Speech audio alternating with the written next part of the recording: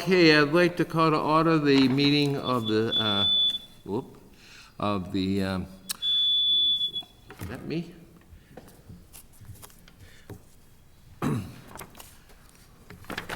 Okay, Public Services of the City.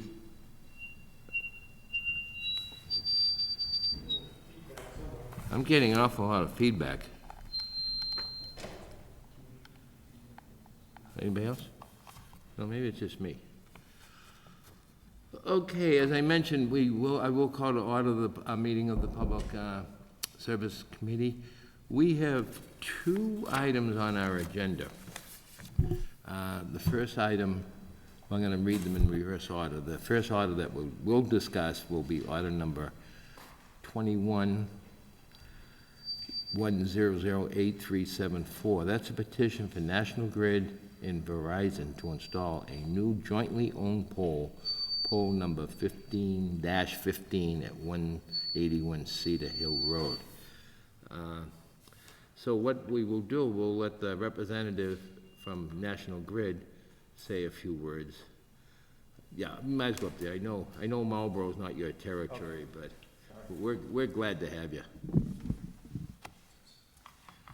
Hello, Al Galvin, design engineer, National Grid out of the Hopedale office. This job pertains to an intermediate pole that we're installing, 15-15, to serve EV charging stations at 181 Cedar Hill.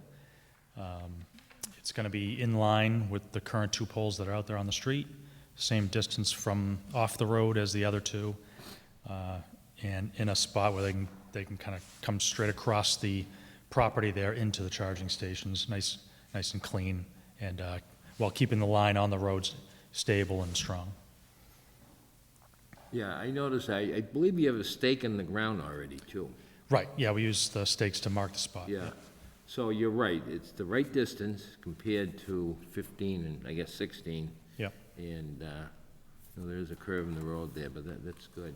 I was just surprised that, it brings them pretty close, but you wouldn't be putting it there if it wasn't needed, Yeah, it just so happens that what's there now has equipment of some kind on the existing poles. That's right. And this particular customer needs their own transformer to serve the EV stations. Okay. So in this case, you put one in between, fresh pole, new transformer, it just serves that customer. Okay, as usual, City Engineer Tom DeBercio had a few comments, and basically almost what we were just saying here, that the new pole shall be no closer to the edge of the traveled way than the adjacent existing 15-5 and number 16, which was good. They should be equal distance. Street opening permits from the engineering department will be required.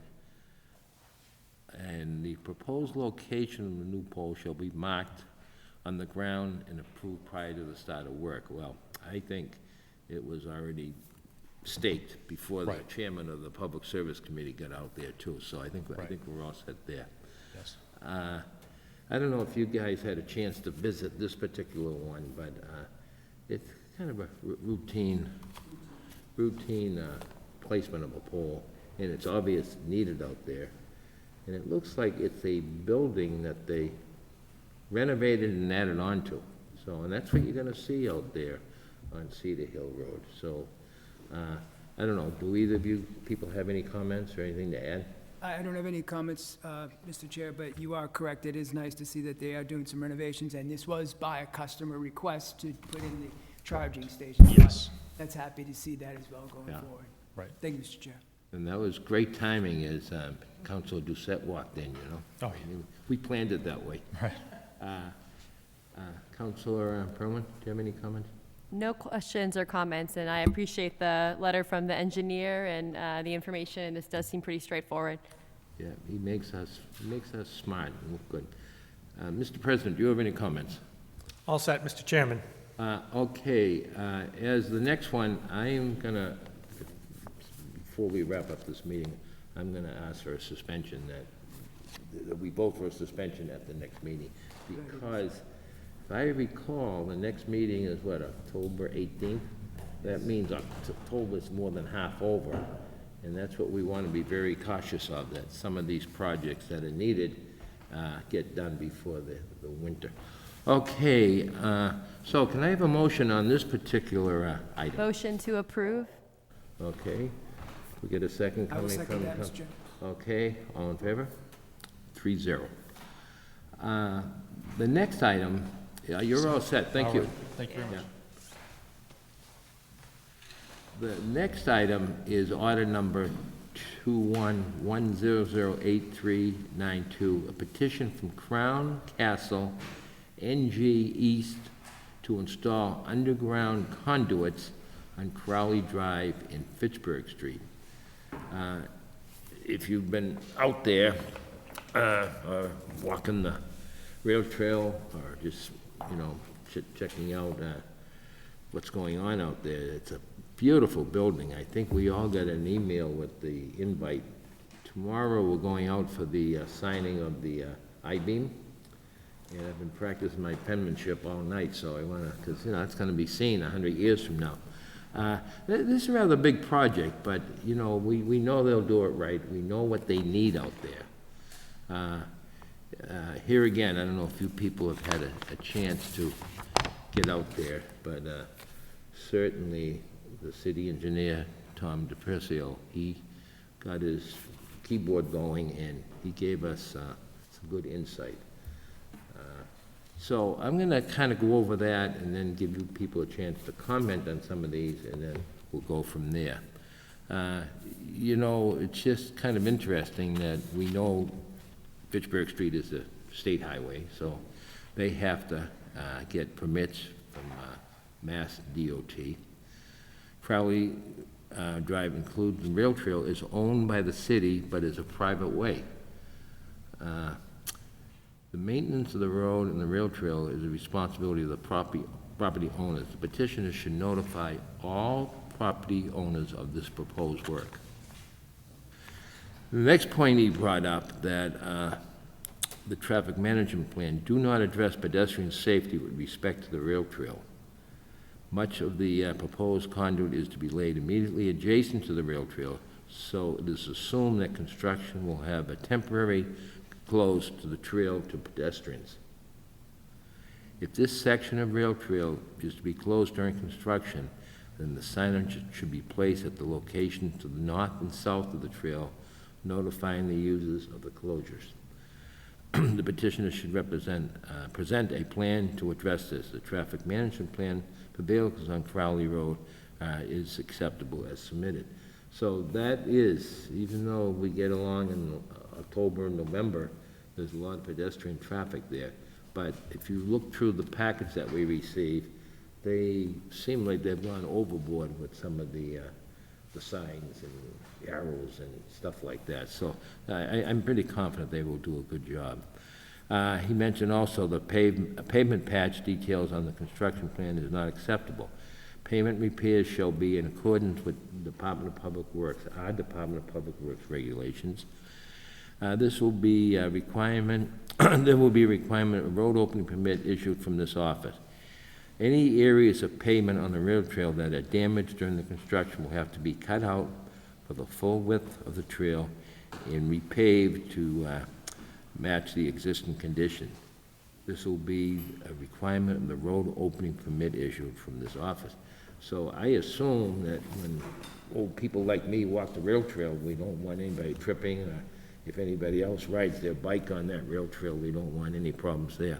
But it's obvious, again, Tom has shown here that he's with it. He knows that projects have to be done, but they have to be right, and they have to kind of go through the Department of Public Works, and that's key. And I think as a committee, that should make us feel pretty good.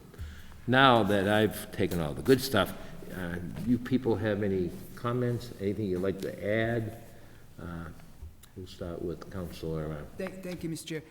No, I'm happy, obviously, to see that City Engineer DePercio put that in there, because one of my concerns was the pavement patch, and I'm very happy that he's addressed that part of it, because that section up there was done, I think, probably 2 years ago or not less. So again, when our department heads, city engineer, they put this before us, it does make me satisfied, because this does help me make my decision going forward. But yes, I'm happy with that part of it, that language. Very good. Good point. Council Perman. Thank you, Mr. Chair, and I echo the sentiments. I think it's very important the city engineer put in the importance of signage for people who would typically be using the rail trail if it's no longer accessible during that period of construction, and then also being able to notify all the property owners, I think is important too. I know sometimes that area can be pretty utilized by pedestrians, and we want to make sure everyone is aware. Okay, good point. How about the rest of our councilors? Councilor Navin, any comments, or any comments on what Tom told us to be aware of? Yeah, thank you, Mr. Chair. Nothing of note to add for the engineer's comments. I do appreciate them. Just to say that, this kind of technology is helpful, especially in this part of the city, but all over the city where utility companies, et cetera, want to come in and do this kind of technology. It's going to provide less disruption to our streets. So we welcome it, and, Yeah. as long as it's done safely with Yeah. the appropriate public safety apparatus involved, happy to see it. Councilor Doucette, that's right, you arrived.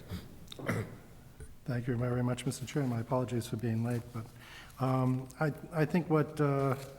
DePercio brings up as far as traffic management plan, I think, pedestrian safety with the rail trail is important, and I think it becomes pretty obvious in the middle of construction that construction's happening, but they may need to do some notification a day or two in advance.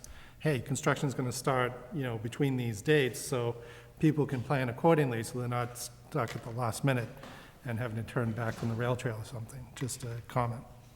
Right. Councilor Wagner, any comments? Thank you, Mr. Chair. I have nothing to add at this time. Okay, how about our president? Thank you, Mr. Chairman. Nothing to add. I think the city engineers covered it. Yep, yeah, he really has, and as I just said a few minutes ago, that's what makes us feel very comfortable, that we've got a good working relationship with the department, with him, and people know that, so they told the mark, they work together with our department heads, and quite honestly, I'm quite excited with that project that's going on out there. That's going to be a beautiful building. Now, you might know, Mr. President, do we have is there another water tool out there? I thought there was something in the back there. Thank you, Mr. Chair. Yes, the City Council in 2019 approved 120-unit senior living facility, kind of like a Christopher Heights type Yeah, building right, back yeah. there, but there's been no progress to date. Okay, but was there one more parcel behind that? Well, that's where it's going to go, between where the Resilience Building is and where the 100 Crowley Drive is. There's that corner parcel. And that's the only one left there, That's the so, only one left, that's yeah, correct. have you heard anything on that recently? That Not a word. 'cause they spent a lot of time on that. They did. We spent a lot of time on that. I think there were 3 times extending that one. Yeah, yeah, well, you never know. You never know. Okay, likewise, if you want us to vote tonight, we will on the, voting on it next week, so it's up to you guys as far as suspension, but let's get a motion on this first. Do I have a motion on this? Motion to approve, Mr. Chair. Council Perman? I'll second that. Okay, all in favor? 3-0. Okay, should we mention tonight, Karen, is the best to mention tonight that we want a suspension at the next meeting? Yeah, I think so, so let the committee vote on that if you so desire. Yeah. So we can get it, so if you have a motion. I'm fine with that, Mr. Chair. Yes. Okay. You can make a motion? Motion for Okay, suspension. I'll second that, all in favor. Okay, good meeting. This is- Motion to adjourn? Yeah, okay, and I'll second that. And we are adjourned at, very good, 6:45? 6:45. Thank you.